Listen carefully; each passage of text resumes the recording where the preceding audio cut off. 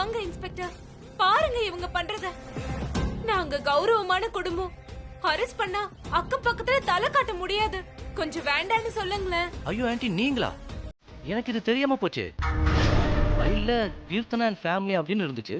But ஆனா நீங்க தானே எனக்கு சத்தியமா தெரியாது. அதுவும் இல்லாம ஏதோ ஃப்ராடு பண்ணிட்டதா கேஸ் ஃபைல் ஆயிருக்கு. அப்படின்னா ஃப்ராடு பண்ணீங்க?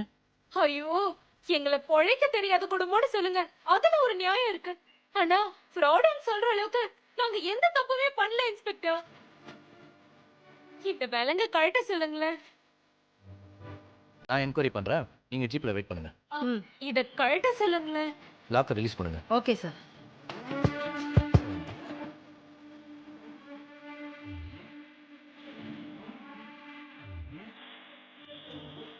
சரி, சொல்லுங்க.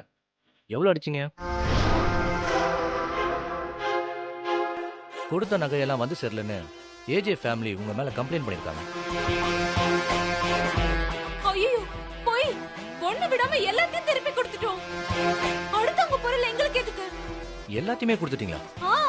ஆமா, எல்லாத்தையும் கொடுத்துட்டோம். நல்லா யோசிச்சு சொல்லுங்க. எல்லாத்தையுமா? அத பத்தி கேக்குறீங்களா? அது அந்த 3 மருமகள்களும் என் பொண்ணுக்கு கூறப்படுவாங்க.